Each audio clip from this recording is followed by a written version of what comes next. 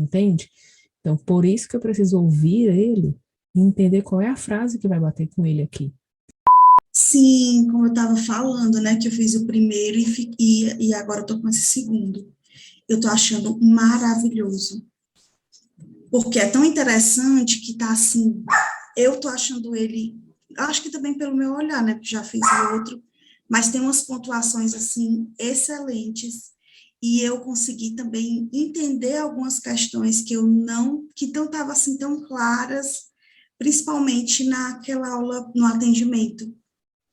Aquele atendimento ali trouxe tanta clareza, assim, trouxe uns insights, assim, bem legais. Eu tô achando muito, muito bom. Se tiver outra, eu vou comprar. Todas as atualizações. É a Bel, né? Ela é a Bel. Não, mas é bom. Eu acho muito interessante. Sempre tem coisas novas. Eu vou montar para abril um curso de bases sistêmicas familiares para consteladores e para terapeutas também, que é um curso que eu ministrava.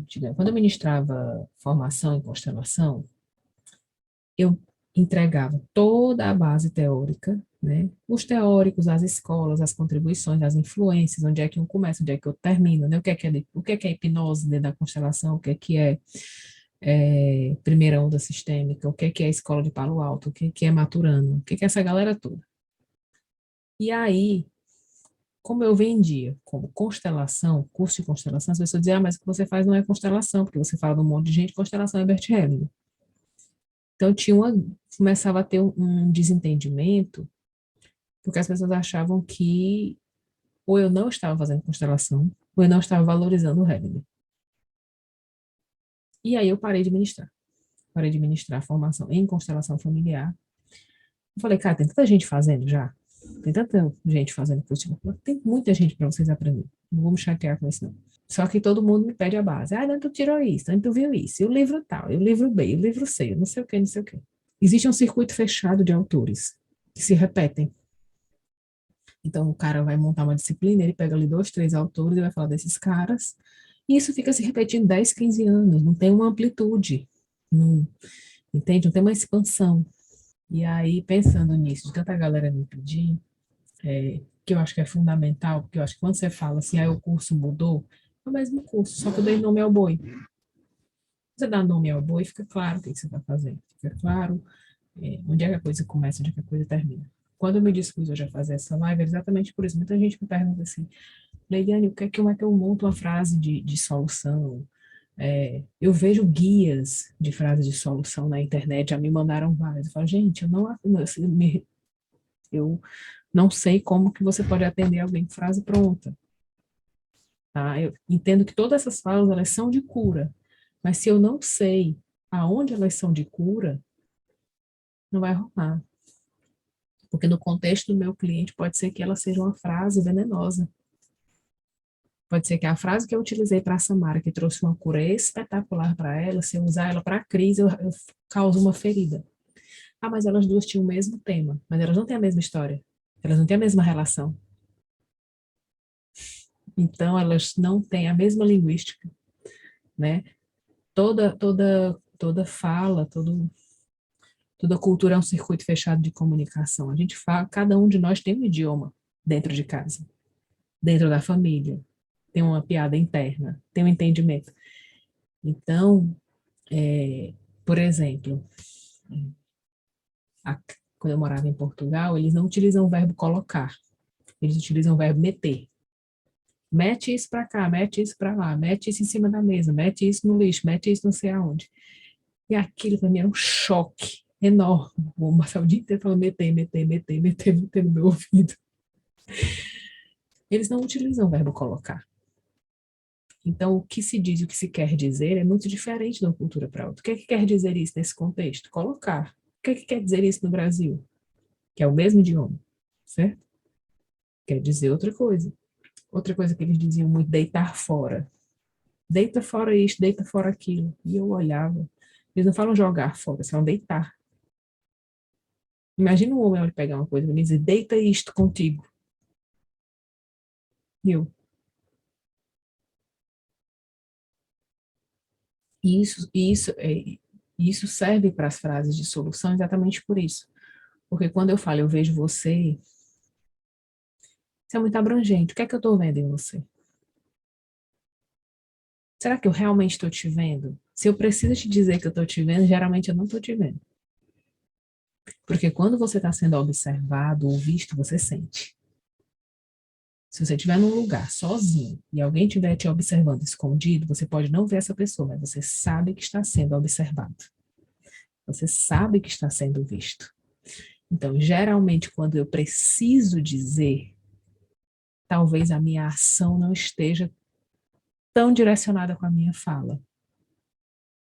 Então, muito mais importante do que eu saber frases, decorar frases, ou eu repetir frases, é eu ver se a relação dentro do sistema está implantada. Porque se ela não tiver implantada, se ela não estiver acontecendo, bicho, tu pode decorar tudo, não vai rolar nada. Não vai acontecer nada, porque a relação, ela acontece no campo do sentimento. Como o Juan Garrida fala, né, que o nosso corpo ele tem uma inteligência. Nosso corpo ele tem ele sente o que está acontecendo ao redor. Ele sabe o que está acontecendo. A gente sabe o que está acontecendo.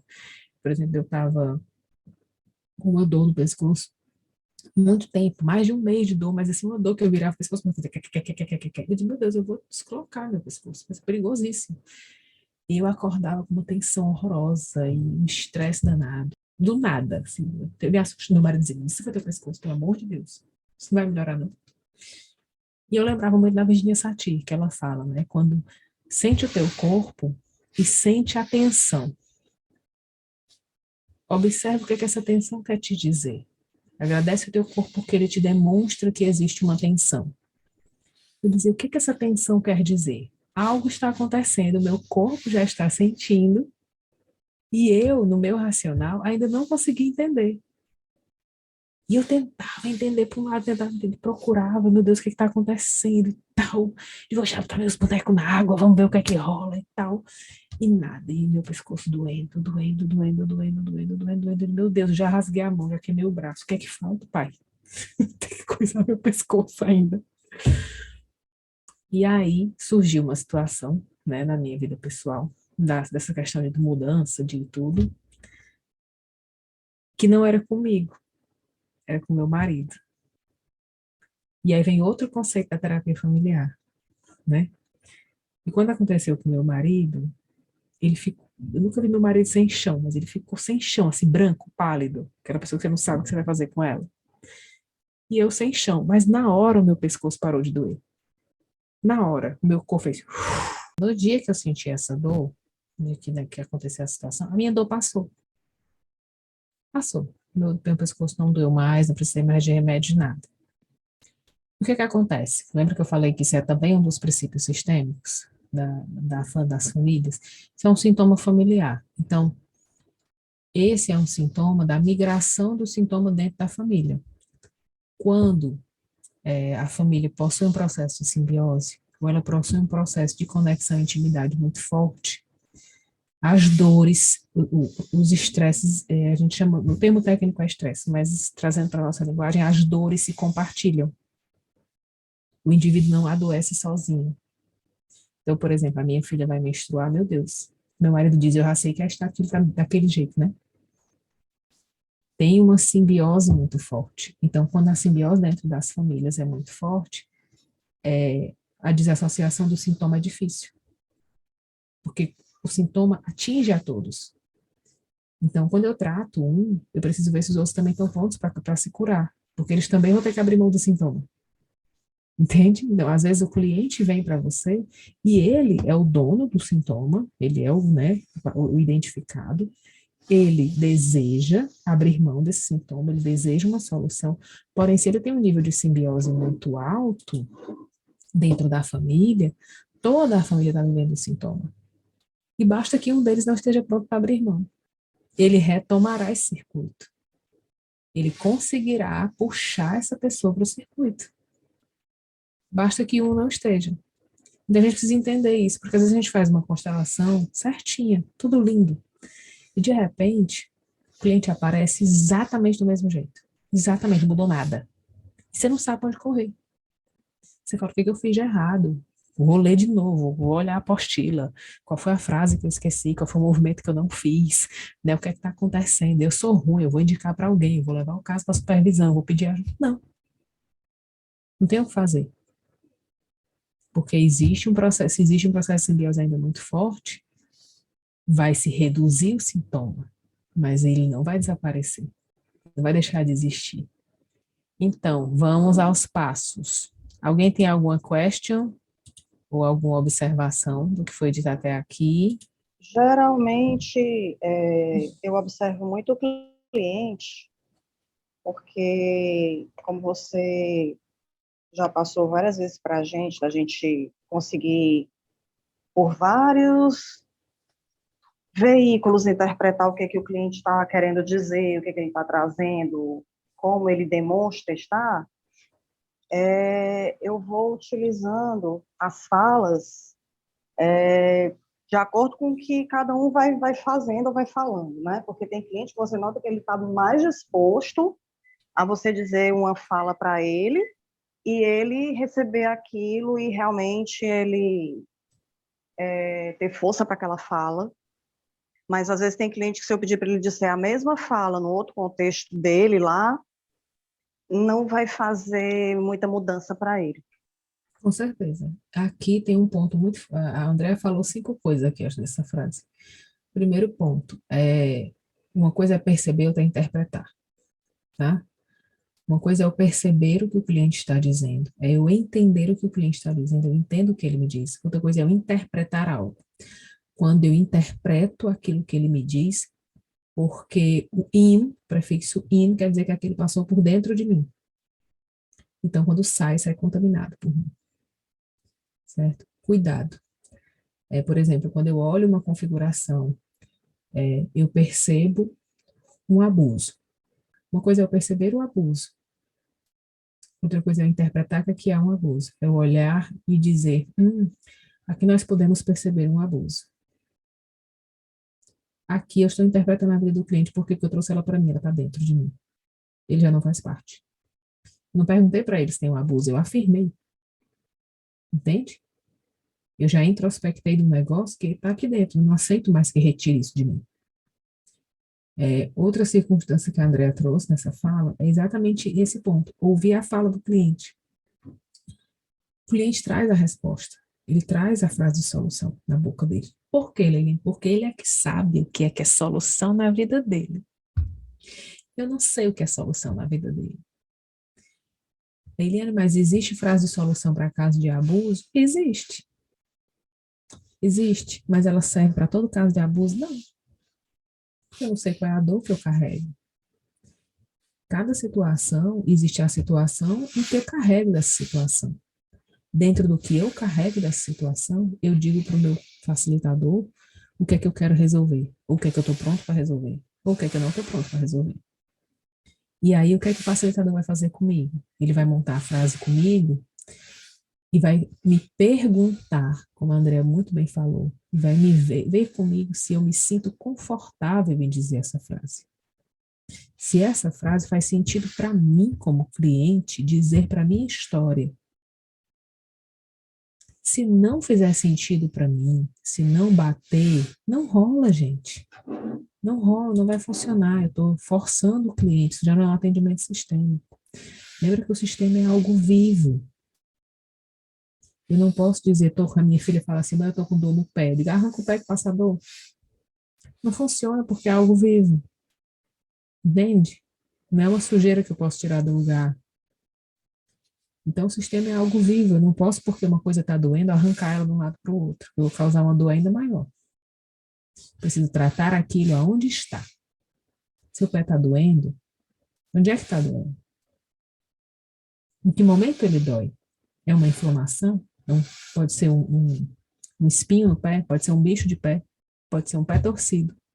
Podem ser várias coisas ao mesmo pé. Porém, para tratar aquela dor, eu preciso trazer o que é que meu cliente está carregando desse pé doendo. O que é que você está carregando desse pé doendo? Ah, é porque eu tropecei numa pedra faz 3 dias, eu achei que não ia dar em nada e agora meu dedo está inchado. Então, Eu vou dar um remédio, vou imobilizar o tornozelo, eu vou dar um remédio para o dedo, vou dar um anti-inflamatório, eu vou levar na emergência para arrancar a unha. Entende? Então, existe a situação, existe a dor, existe o que é que vai funcionar naquela dor. E o que é que o cliente quer? Você já viu aqueles pacientes teimosos que ele sabe que tem que arrancar uma unha, que ele sabe que tem que fazer uma coisa, ele diz, não vou fazer não, vou botar só uma pomada e vou botar um algodão em cima? É a maneira que ele entende que ele vai tratar a dor dele. O que é que eu posso fazer com isso? Nada, o pé dele. Então, no atendimento sistêmico é a mesma coisa. Às vezes eu vejo, o cliente fala para mim sobre a dor, mas a maneira que ele entende que é para resolver aquilo é botar um algodão. E eu não posso fazer mais do que isso. Porque esse corpo é dele, eu preciso respeitar. Esse sistema é dele, eu preciso respeitar. Porque ele sabe mais do que eu o qual é feito desse algodão naquele sistema. Eu só sei o recorte que ele traz para mim. E o recorte que ele traz para mim é limitado a 50 minutos de conversa. Mas ele volta para a vida com aquela dor e com aquela situação. Entende? Então, por isso que eu preciso ouvir ele e entender qual é a frase que vai bater com ele aqui. Qual é a frase que ele, qual é o idioma que ele fala. A frase de solução, ela se torna solução quando ela conversa com a dor, quando ela respeita o limite do cliente, quando ela é dita em primeira pessoa e quando ela é sentida no ato de dizer. Se ela for uma repetição de uma frase de efeito, se ela for uma repetição de uma frase bonita, ela não tem esses quesitos aqui, são palavras ao vento. São palavras ao vento, não bate. Se você já leu uma carta de algum ex seu, que você sabe que ele não vale um baralho, ele mandou uma carta bem bonita para você, você lê a carta, aquelas palavras são palavras ao vento porque elas não têm vida, é a mesma coisa. Elas não têm uma vida porque elas não estão conversando nem com a verdade, nem com a dor, e nem estão respeitando o meu limite. Elas estão somente no interesse de um e com o conhecimento de um. Então, o meu conhecimento e o meu interesse vão gerar frases bonitas, vão gerar frases muito interessantes. Se elas vão trazer um benefício para o meu cliente, é outra história. Uma história bem distante uma da outra. Quando eu prometi essa live, eu vou te falar sobre o que é um atendimento sistêmico, para a gente entender desses pontos. Onde é que ele começa, onde é que ele termina, tá? Principalmente na questão de tabuleiro. Todo atendimento sistêmico, ele tem um cliente, tem um facilitador, certo? Ele tem um tema, ele tem uma escuta e ele tem um desenvolvimento. Necessariamente vai acontecer tudo isso? Não. Pode ser que o cliente não esteja pronto para a configuração. Pode ser que o cliente esteja no nível de conversar sobre o tema. Ele não está no nível de desenvolver o tema. Pode ser que ele chegue no nível de desenvolver o tema e não chegue no nível de concluir. Então ele chega, conversa com você. Falou. Você sentiu que ele consegue desenvolver o tema aqui nos bonequinhos, certo? Aí ele monta assim, certo? Só que quando ele monta, você percebe que ele entra num processo meio cabuloso. Não sei se vocês já tiveram esse modelo de atendimento, mas eu já tive muito cliente que passa mal.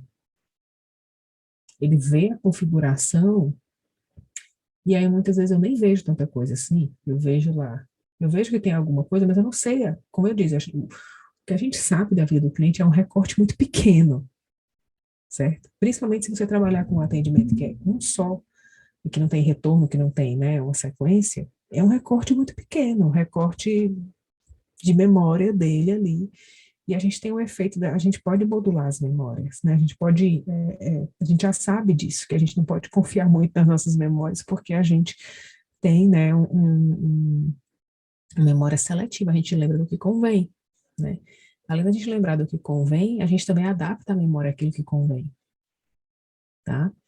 Então, como é que eu supero um trauma? Adaptando aquela memória àquilo que me convém. Adaptando aquela memória àquilo que eu supero, que eu consigo lidar. Se eu for lembrar eternamente cada milímetro do meu trauma, eu não consigo nunca ir para frente. Nunca. Né? Existe uma doença. Quando você lembra de tudo, você não consegue esquecer as coisas, é uma doença. Tem um filme que foi feito sobre um cara que tinha essa doença. Enlouquecedor. Enlouquecedor. Se eu perguntar para vocês o que vocês comeram hoje de manhã, talvez muita gente não lembre. Você imagina que ele lembra todas as refeições que ele fez na vida. Né? Então, é enlouquecedor. Do jeito que tem aqui esquece, tem aqui não esquece, tá? Então, quando o cliente vem e ele passa por essas fases, né? Ele vem, ele marca o atendimento, e aqui já tem um detalhe, que é o primeiro contato. Eu não sei como é que foi feito esse primeiro contato, se foi por telefone, se foi por WhatsApp, se foi por rede social, se foi aquele telefone, assim, que eu recebo muito, você faz constelação, quanto é? Eu digo, boa tarde para você também, tudo bem? Como é seu nome? Então, desde o primeiro contato, existe uma relação. Se não souber construir o primeiro contato, não faça o segundo não, viu? Para não fazer mais B.O. É, a aula de meu bote da bote da internet, dê um Google aí, primeiro contato terapêutico, como fazer? Tá? Se você não tiver aula de primeiro contato, meu amor, não estica a conversa não. Tanto que as meninas falam muito comigo, mulher, quando eu vi no primeiro contato, eu já sabia que não ia dar certo. Eu digo, você já sabia, você fez porque você quis, porque eu lhe ensinei a saber que aquilo era emboscada, certo? Primeiro contato serve para tudo, qualquer relação, tá? Não é só para atendimento terapêutico, não. Pronto. Aí ele conseguiu desenvolver aqui o negócio. Botei lá os bonequinhos e tal. E de repente, quando ele olha para cá, para essa configuração, ele dá uma respirada. Ele olha para cima. Sabe, ele tem uma reação que é normal, que é comum de acontecer essa reação, tá? Não tem nenhum problema. Só que eu, como facilitador, preciso entender que ali ele precisa de tempo. Que ali ele está vivendo uma catarse. Existe a catarse da ausência que ele faz.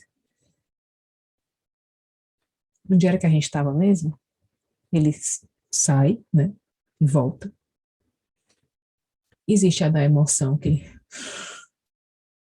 essa é mais do sufocamento. Essa dos afogados tem muito essa. Do sufocamento. Tem a da emoção, que ele sofre, né, a do mártir, ele dá uma sofrida. Precisa entender que naquela imagem existem 1 milhão de histórias entre aquelas pessoas que não foram contadas na história que ele me contou. Nenhuma delas. Né? Aquele tá papocando ali, nenhuma delas ele contou para mim. E naquele momento eu precisei de discernimento, se dá para seguir ou não. A maioria das vezes não dá. A grande maioria das vezes não dá. O cliente, quando ele tem uma reação muito forte na configuração, tem uma parte da história que ele não consegue contar, que ele ainda não consegue tocar naquele lugar. Tá? E aí é por isso que ele trava. E não é o meu papel induzir ele a uma dor que ele não está pronto para suportar. Lembra quando você vai no dentista que ele te dá uma anestesia? Aí lá para a você dá um gritinho e tem que dar outra anestesia? Pronto. É você continuar furando o dente sem botar anestesia. Não dá. Tá? Não dá. Segura teu BO e deixa ele com o dele. Por que eu estou falando isso? Porque tem um senso comum que fala assim, a constelação, ela revela segredos. Não revela segredo de ninguém. Se o segredo é seu, você guardou até hoje, você leva ele para o caixão se você quiser. Você abre ele aqui se você quiser, porque você está num ambiente de segurança. Com um profissional, você já precisava se libertar daquele peso, então isso tudo converge para você abrir mão disso. Mas não sou eu que vou estar jogando segredo seu na sua cara. Se eu soubesse fazer isso, meu amor, botar uma banca ali na praça, eu estava milionária já, tá? Só abrindo caixa de Pandora dos outros. Mas existe um movimento meio assim de dizer que o facilitador, que o constelador, ele é essa pessoa que, né, que vai ver o segredo do outro na constelação. Eu vou ver que existe um segredo, que eu não sei. E nem me interessa. Né? Nem me interessa. Né? Quando alguém vem me contar um segredo, eu digo, não conte não. Mas por quê? Porque é seu, você não está guardando, quer que eu guarde? Hora dessa? Não conte não. Deixa para você mesmo. Tá? Então aqui a gente precisa entender esses passos. E aqui bate a dor do facilitador. Porque a dor do facilitador é usar os bonequinhos. É usar tudo que ele aprendeu. É ver o cara dizer, ai, você mudou a minha vida. Você transformou a minha vida. Você me libertou de uma dor. E aí eu não consigo abrir mão. Eu fico querendo furar o dente do cara sem anestesia. Então, voltando para o que a gente estava falando no começo, também um dos movimentos da terapia sistêmica É esse movimento que você vê também nos livros do Hellinger, da mudança do lugar do terapeuta. Do lugar do terapeuta como aquele dono da verdade, para alguém que é igual a você, que só está aqui para te auxiliar, tá? E são fases, tá? Que o movimento terapêutico familiar em si passou. Quando você passa pelas escolas, pelas bases, aí você vai entender o que aconteceu para o terapeuta sair desse lugar.